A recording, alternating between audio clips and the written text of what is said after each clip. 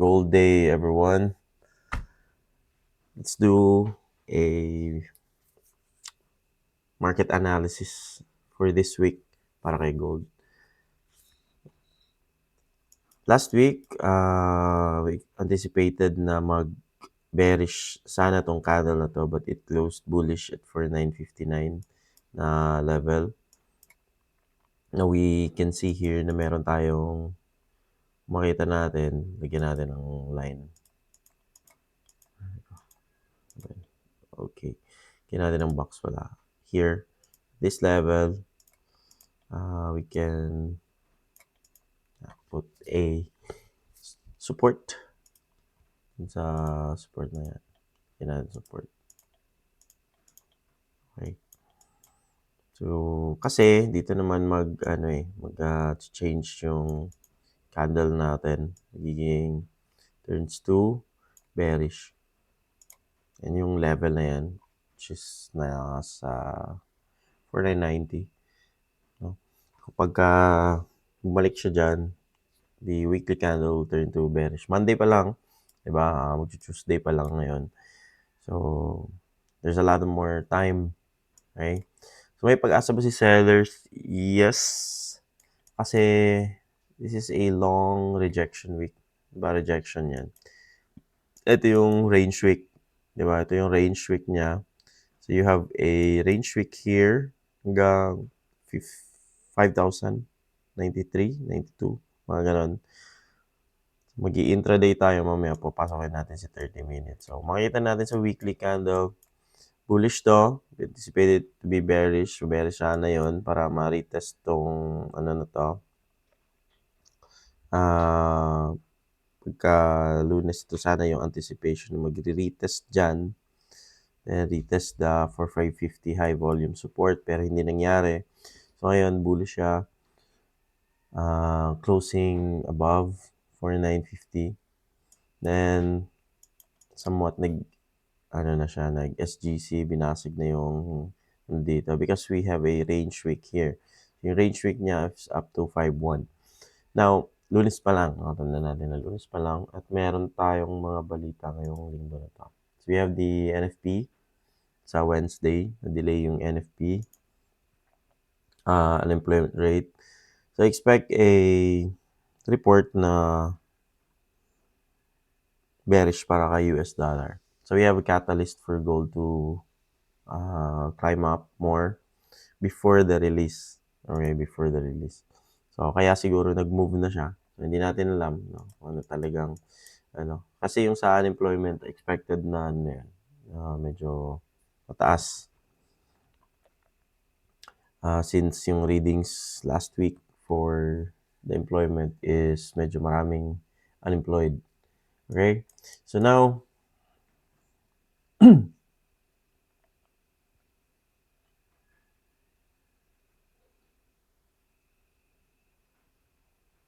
here naman, let's go to the 30-minute candle.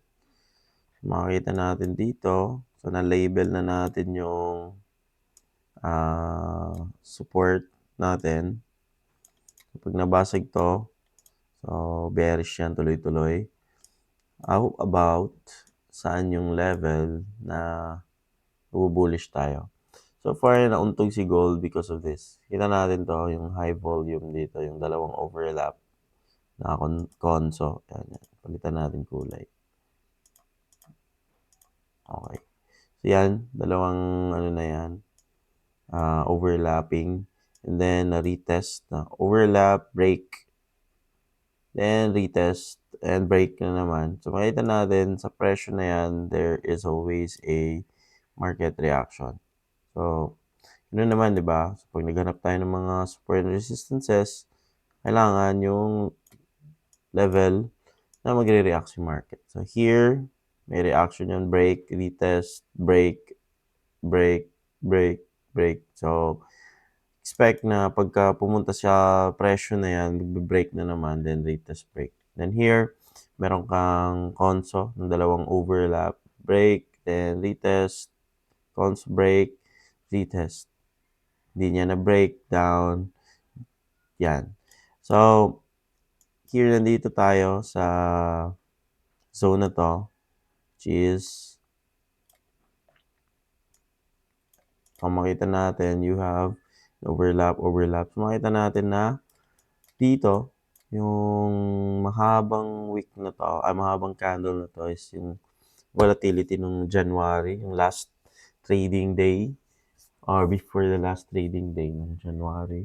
Ito yung nangyari, tapos kinorek. So, masyadong mahaba.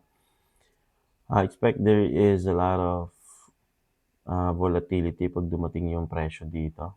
Okay? Now, ang tanong is, kaya bang basagin yung resistance na to sa 5.1 to 5.80 to 5.1 ngayong araw, yung Tuesday sa Asian? Okay? So, if ever na mabasag to, you can target the prices. Meron kang manipis na volume dito sa, ito. So, if you're gonna go bullish, meron dyan. Okay, you can target yung presyo na yan sa Asian volume na yan. Target that one. So, meron kang upside na pagka na-break si 5.1, you can go 5.180, 5.160, 5.150 na level. So, malinis yung move na yan. So, if ever na mabasag si 5.1. So, if sa Asian siya babasag, I think the Asian volume, kaya niya yung tatlong overlap na yan. So, or maybe mag-dive muna. Di pa natin sure kung ano talaga. So, you have this one. So, lower high kasi yan eh. Kaya langan pa ako mag-buy ngayon. No? Kasi baka, kung dito siguro, yung breakout na to, pwede yan. Breakout buy. So, if naka-hold pa rin ito, then that's good. Pero, seeing that, na may nagre-resist siya dito sa resistance na yan. Since closing naman, di pa natin closing ng New York. So, tingnan natin ano magiging reaction ni Asian. No?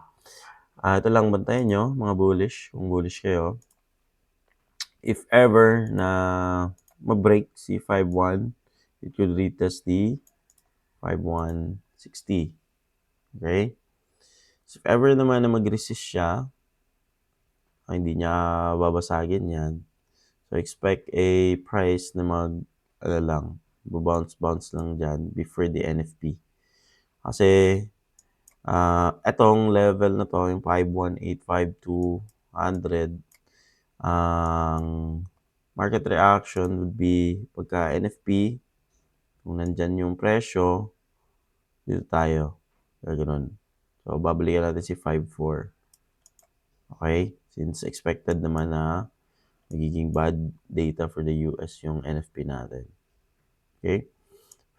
But if ever hindi yung technicals dyan, so expect a market na babalik, magbe-bearish, no? Instead of the first week to be bearish, yung second week ang magbe-bearish and will retest the 4.550. Kasi hindi pa na-retest si 4.550. So, meron tayong catalyst ngayon, dalawa. Now, we have the NFP and the CPI. So, maybe this week is a very volatile week for gold. Okay? So, abangan natin. Okay, ito lang. So, for this day, ito yung magiging babantayan natin. So, if ever na break si 580, expect pwede ka mag-target 5.150 to 5.180. Yan magiging presyohan natin mamaya for the bullish.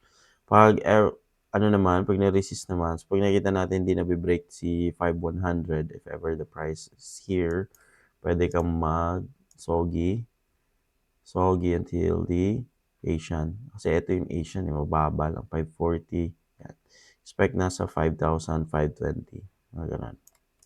So, that would be your trade. So, meron kang catalyst ngayon. So, kung if ever hindi ka pa mag-trade yung araw, sa Wednesday ka pa or sa Thursday, yun, yung mga high volume na araw. Yan. Expect na mas malaki yung movement or mas malaki yung movement before Thursday. Okay? So, update na lang ako if ever meron pa akong makitang medyo maganda-ganda. So, for now, ito yung mga level na baba na yan, 5.1. And then this level sa 4.980. So, don't expect na mababasag to agad-agad kung walang anticipation in news. So, if ever doon na tayo sa news day or sa Wednesday, ayan, expect na magiging volatile. Pag basagin to, punta siya sa baba. Pag dito naman, yan, untog tayo dyan sa 5,180 before breaking it up. Okay? So, ito yung sunod na level. Pag na-break to, dito tayo magko-conso naman. Alright? So, have a good day, everyone. Update na lang ako sa Telegram kung may bago sa analysis.